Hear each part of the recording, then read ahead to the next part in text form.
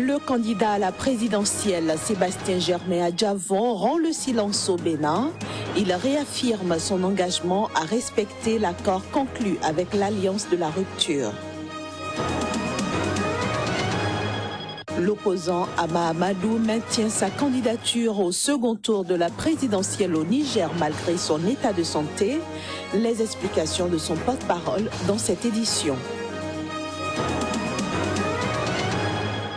Enfin, nous parlerons de l'Oxford Business Forum Africa.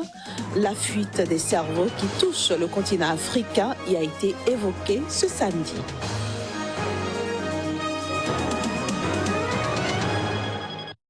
Voilà pour le sommaire de cette édition. Bonsoir et bienvenue à toutes et à tous. Mais avant le développement, faisons d'abord un tour en Guinée équatoriale. Le président Teodoro Obiang Nguema a rendu public ce samedi un décret annonçant la tenue de l'élection présidentielle pour le 24 avril prochain. La campagne électorale, quant à elle, se déroulera du 8 au 22 avril. Ces décisions ont été prises suite aux délibérations du Conseil des ministres du vendredi. Âgé de 113 ans, Teodoro Obiang Nguema, qui gouverne la Guinée équatoriale depuis 36 ans, est candidat à sa propre succession pour un nouveau septennat. Direction maintenant le Bénin. Le candidat à la présidentielle, Sébastien Germain-Adjavon, a rompu le silence ce samedi. Dans son adresse à la presse, il a remercié le peuple béninois et surtout ceux qui ont voté pour lui le 6 mars dernier. Sébastien Germain-Adjavon a en outre réaffirmé son engagement à respecter l'accord conclu avec l'Alliance de la rupture. Quels que soient donc les résultats que la Cour constitutionnelle va proclamer, eh bien, il respectera cet engagement, a-t-il affirmé. Suivons ici un extrait de ses propos. Plus que jamais, il nous faut tourner la page. Depuis, comme tout le monde, j'attends sereinement que la Cour constitutionnelle prononce les résultats. Notre Constitution est très claire. Seule la Cour constitutionnelle a les prérogatives pour prononcer les résultats. Compte tenu du faible écart prononcé par la Sénat entre moi-même et M. Patrice Talon et même avec M. Lionel Zinsou, il est important que la Cour constitutionnelle prenne tout le temps nécessaire pour vérifier l'authenticité et la validité de tous les résultats, ce que ne pouvait pas faire la Sénat. Par conséquent, tout reste encore ouvert.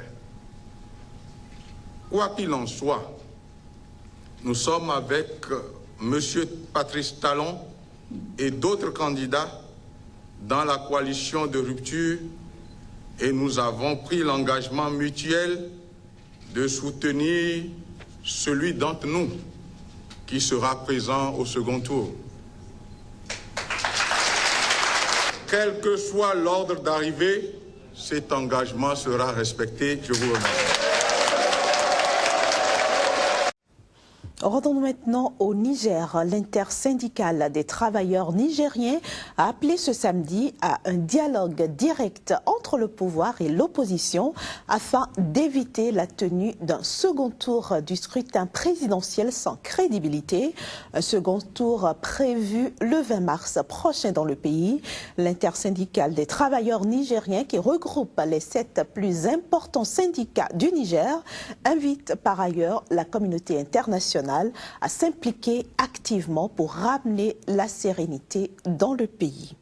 Toujours en ce qui concerne l'actualité au Niger, sachez que l'opposant Ama Amadou, qui est toujours en prison, est malade. Son évacuation annoncée hier sur l'hôpital national de Niamey n'a pas eu lieu.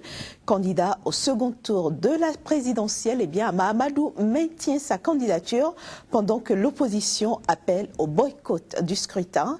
Suivons ici son porte-parole, Malam Mamam Sani, au micro de notre correspondant au Niger, Abdul Karam Mahamadou. Il est en tout cas à notre connaissance encore à Filengue, mais rassurez-vous, toutes les dispositions sont prises de manière à ce que par l'État ou par nos moyens, nous puissions procéder à son évacuation vers des centres où il recevra des soins appropriés. Lorsque les conditions d'organisation, de publication, de traitement ne vous sont pas favorables, vous maintenez votre candidature et vous revendiquez vos droits de manière à ce que tout ce qui va être fait en matière d'organisation, de traitement des résultats puisse être conforme à la loi. C'est ça notre position. Je crois que ça s'entend très bien. Tout a été préparé. Du coup KO au coup plusieurs KO, tout a été prévu par le système Issoufou Mahamadou. Des villages, des cantons, des régions.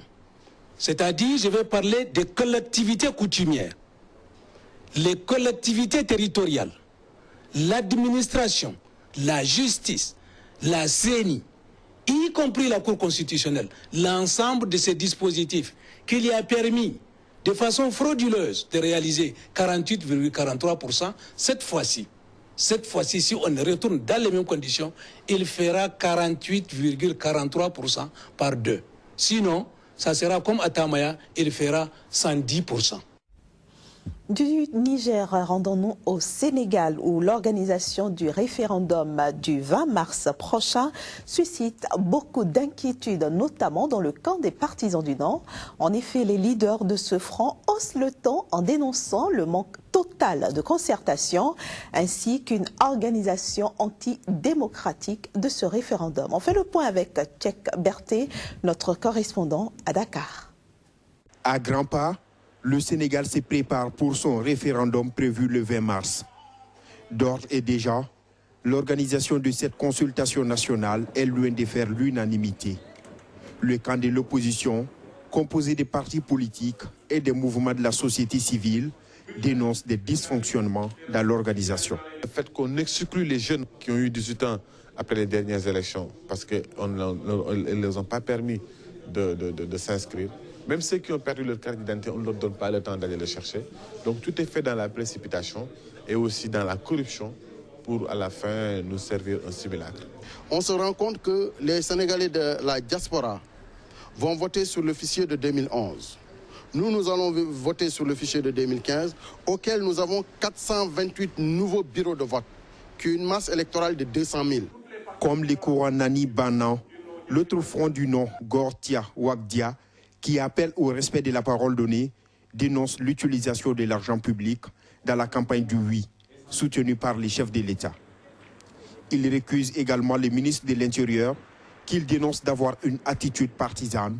Autre point qui fâche, les courants du non désapprouvent les bulletins de vote du référendum. Nous avons sur les grandes affiches placardées un peu partout dans la ville un bulletin du oui très clair, un blanc sur un fond noir précis. Mais sur le bulletin du non, c'est un rose pâle avec une écriture blanche pour symboliser le non. Si vous n'avez pas une bonne vue, vous n'allez pas distinguer le bulletin. Sur le site même du ministère de l'Intérieur, là il parle du référendum, c'est un oui apparent et un non flou. La course à la victoire est désormais lancée. Chaque camp promet la victoire au soir du 20 mars. Dans un communiqué, le Conseil national de régulation de l'audiovisuel a déjà mis en garde la télévision nationale contre toute attitude d'ostracisme du courant du non. Direction maintenant la Grande-Bretagne où se tient l'Oxford Business Forum Africa.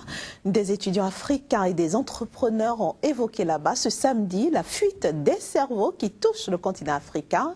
Occasion aussi pour l'ancien ministre des Finances sud-africain Trevor Manuel d'exhorter les étudiants africains à rentrer chez eux après leurs études pour mettre leurs compétences au service de leur pays respectif. Il y a une fuite des cerveaux. Les personnes qui sont censées avoir ces conversations, qui sont censées nous aider à gérer la chute du Rand, qui sont censées façonner l'avenir de l'Afrique du Sud, l'avenir de l'Afrique donc, se trouvent quelque part en Europe, contribuant à la croissance de la livre, ou quelque part aux États-Unis, contribuant à leur croissance. Chaque fois que nous évoquons notre continent, nous parlons d'un continent en régression, pas parce qu'il est voué à l'échec, mais probablement parce que tous les talents se trouvent soit en Europe, soit aux États-Unis. Ce qui m'a le plus frappé dans le fait de travailler à l'international, c'est l'avancée et toutes les bonnes choses. Les choses incroyables que l'on voit, et ce qui est dommage, c'est de ne plus voir ces choses de retour à la maison. Je veux rentrer chez moi, mais ce qui me frustre, c'est de ne pas être informé des opportunités une fois rentré. Je pense que les jeunes ont de grosses opportunités. Ils seront repoussés dans certains pays. Ils seront repoussés parce que les gens se sentiront menacés par des idées nouvelles. Mais je pense qu'il y a assez d'espace pour qu'il y ait davantage de choses et pour la formation d'une masse critique.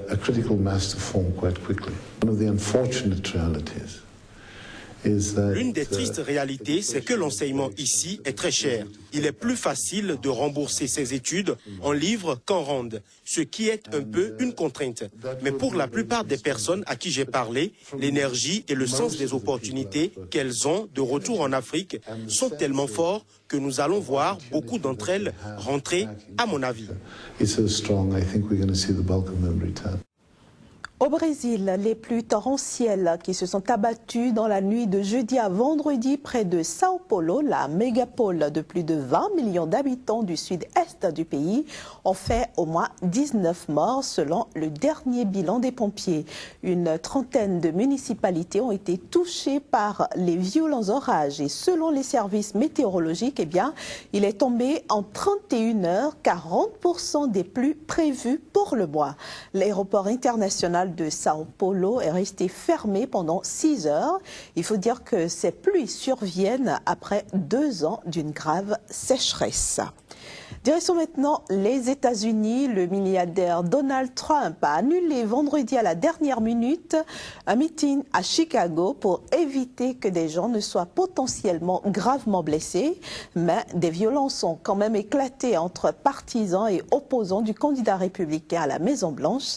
Le calme est toutefois revenu dans la ville en milieu de soirée. Les images. Des manifestants, dont bon nombre de militants de Bernie Sanders et du mouvement antiraciste Black Lives Matter, avaient réussi à se rassembler à l'intérieur de l'arène sportive de l'Université de l'Illinois à Chicago, où l'homme d'affaires devait s'exprimer en début de soirée, menaçant apparemment d'en perturber le bon déroulement. Un responsable a alors annoncé l'annulation de l'événement, déclenchant crise et stupeur, puis des altercations entre pro et anti-Trump. Des insultes et des coups de poing ont volé et les militants de Bernie Sanders ont scandé des slogans tandis que la sécurité tentait de séparer les groupes et d'évacuer la salle. Il a expliqué avoir décidé de reporter l'événement après avoir consulté les forces de l'ordre. La police de Chicago a pour sa part indiqué avoir été informée par des responsables que la campagne Trump avait annulé son événement prévu et qu'elle travaillait avec le Secret Service et la police de l'université pour protéger les droits de chacun en vertu du premier amendement de la Constitution qui protège la liberté d'expression et faire en sorte que la dispersion se fasse dans le calme. Les manifestants, dont beaucoup de jeunes hispaniques, agitaient de pancartes telles que Trump égale haine ou Trump est un bouffon, dénonçant le racisme du candidat et ses propositions anti-immigrés. Un autre meeting plus tôt dans la journée à Saint-Louis, dans le Missouri, avait été interrompu à de multiples reprises. 32 personnes y ont été arrêtées selon la police de Saint-Louis. Ces scènes qui ont gagné en intensité ces dernières semaines font désormais partie intégrante des déplacements publics du milliardaire qui en joue durant ses discours. Il a, le 1er février, enjoint ses partisans à cogner, promettant de payer leurs frais d'avocat. Le 23 février, il a déclaré qu'il aimerait donner un coup de poing dans la figure d'un perturbateur. Voilà, ce sera tout pour cette édition. Merci de nous avoir reçus chez vous et merci aussi de